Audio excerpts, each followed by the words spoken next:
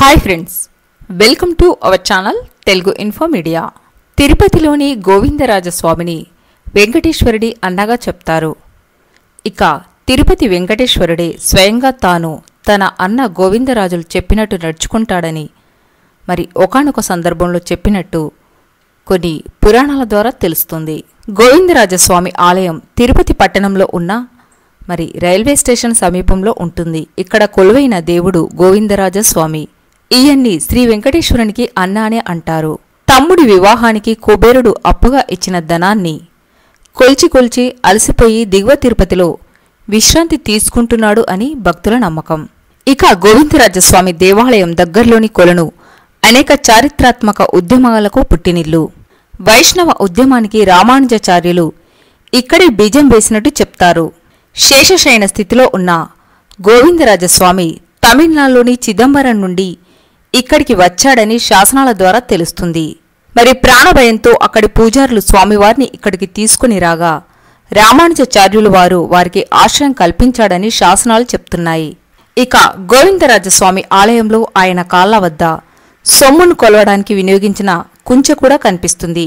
ఇక ఇదిలా ఉండగా చరిత్రను అనుసరించి ఈ విగ్రహం తమిళనాడు నుండి ఇక్కడికి వచ్చిందని గోవిందరాజస్వామి ఆలయంలోని శాసనాల ద్వారా తెలియడం జరుగుతుంది. పూర్వం చిదంబర క్షేత్రంలో శేషశయనుడైన విష్ణుమూర్తి ఆలయం ఉండేది. ఈ ప్రాంతాన్ని పరిపాలిస్తున్న క్రిమకంఠరుడు అనే రాజు శివభక్తుడు. అంతేకాకుండా విష్ణు అంటే అతడికి పరమద్వేషం ఉండేది. ఈ క్రమంలోనే చిదంబరంలోని శేషశయనుడైన విష్ణుమూర్తి విగ్రహాన్ని సముద్రంలోకి తోయించాడు అనే కథనం ఉంది. అంతేకాకుండా ఆలయ పూజారులను తీవ్రంగా హింసించి మరి వారిని చంపించడం మొదలుపెట్టాడు. దీంతో వైష్ణవ పూజారులు ప్రాణభయంతో రాజ్యాన్ని విడిచి చెల్లాచెదురుగా పారిపోయారు. ఇందులో కొంతమంది విష్ణుమూర్తి ఉత్సవమూర్తులను తీసుకొని తిరుమల ప్రాంతంలోని రామానుజాచార్యులను కలిసి వారి గోడు వినిపించుకున్నారు. దీంతో రామానుజాచార్యులు చిదంబరంలోని గోవిందరాజస్వామి విగ్రహ ప్రతిరూపాన్ని తయారు చేయించి తిరుపతిలోని ప్రస్తుతం గోవిందరాజస్వామి ఆలయంలో ప్రతిష్ఠింపచేసినట్టు తెలుస్తుంది. ఇక అదేవిధంగా చిదంబరం నుండి తీసుకుని వచ్చిన ఉత్సవ విగ్రహాలను కూడా ఆరాధనలు నిత్య పూజలు జరిగేలా కట్టుబాటు చేశారు. ఆ తర్వాత రామానుజాచార్యులు తన శిష్యుడైన యాదవరాజు ద్వారా ఆలయానికి దగ్గరలో ఒక గ్రామాన్ని నిర్మింపజేశాడు. అందులో చిదంబరం నుండి వలస వచ్చిన పూజారుల కుటుంబాలు ఉండేలా చేశాడు. అయితే మరికొంతమంది గోవిందరాజస్వామి దేవాలయంలో మొదట పార్థసారథి విగ్రహం పూజలు అందుకునేదని చెప్తారు. ఇక చిదంబరంలోని క్రిమకంఠుడి రాజు ఆగడాలు భరించలేక చిదంబరంలోని శేషశయన స్థితిలోని విగ్రహాన్ని నేరుగా ఇక్కడికి తీసుకువచ్చినట్టు 1130లో ఆలయంలో ప్రతిష్ఠింప చేశామని కూడా చెప్తారు. ఈ రెండు విషయాల్లో కొంత భేదం ఉన్నా చిదంబరంలో శేషశయన విష్ణుమూర్తి తిరుపతికి వచ్చి కొలువై ఉన్నట్టు మాత్రం శాసనాల ద్వారా స్పష్టం అవుతుంది.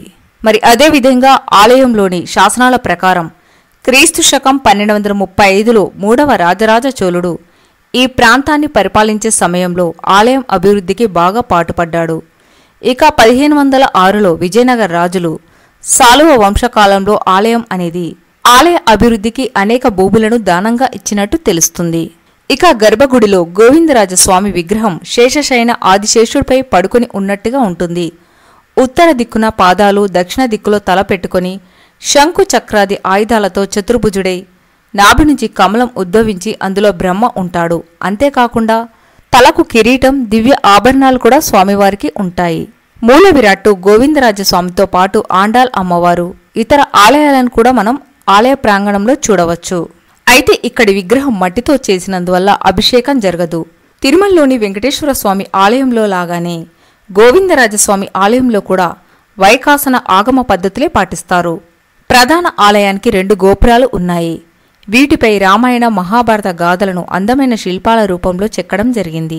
ఇక వెంకటేశ్వర స్వామి ఈ గోవిందరాజస్వామిని తన అన్నగా పేర్కొన్నాడని పురాణ కథనం.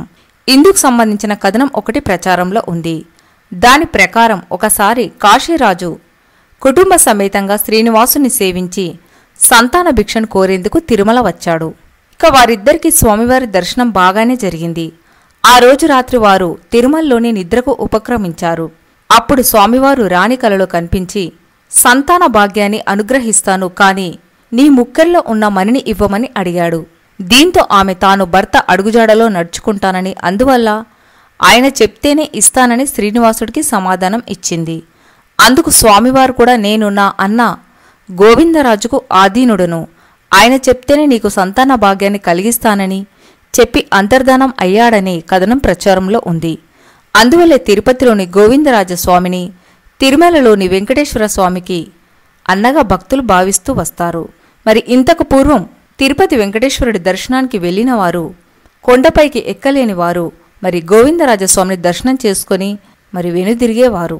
అంటే కొండను ఎక్కలేని భక్తులు గోవిందరాజుని దర్శనం చేసుకుని వెంకటేశ్వరుడికి తమ కోరికలను చెప్పాల్సిందిగా వేడుకొని వెనుతిరుగుతూ ఉండేవారట.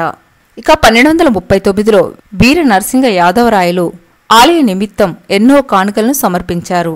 ఇక రామానుజాచార్యుల వారు తన శిష్యుడైన యాదవరాజును ప్రోత్సహించి తటాకానికి పక్కనే దేవాలయ నిర్మాణం చేశారు. దేవాలయ నిర్మాణం అనంతరం ఒక అగ్రహారాన్ని నిర్మించి దానికి తన గురువు రామానుజాచార్యుల పేరిట రామానుజపురం అని పేరు పెట్టారు.